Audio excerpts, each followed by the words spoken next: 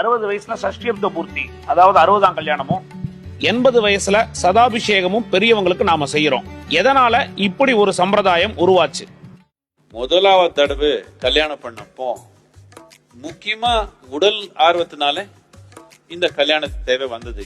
இப்போ 60 வயசு இந்த 2 பேர் சேருது உடல் ஆர்வத்தினால சேரல.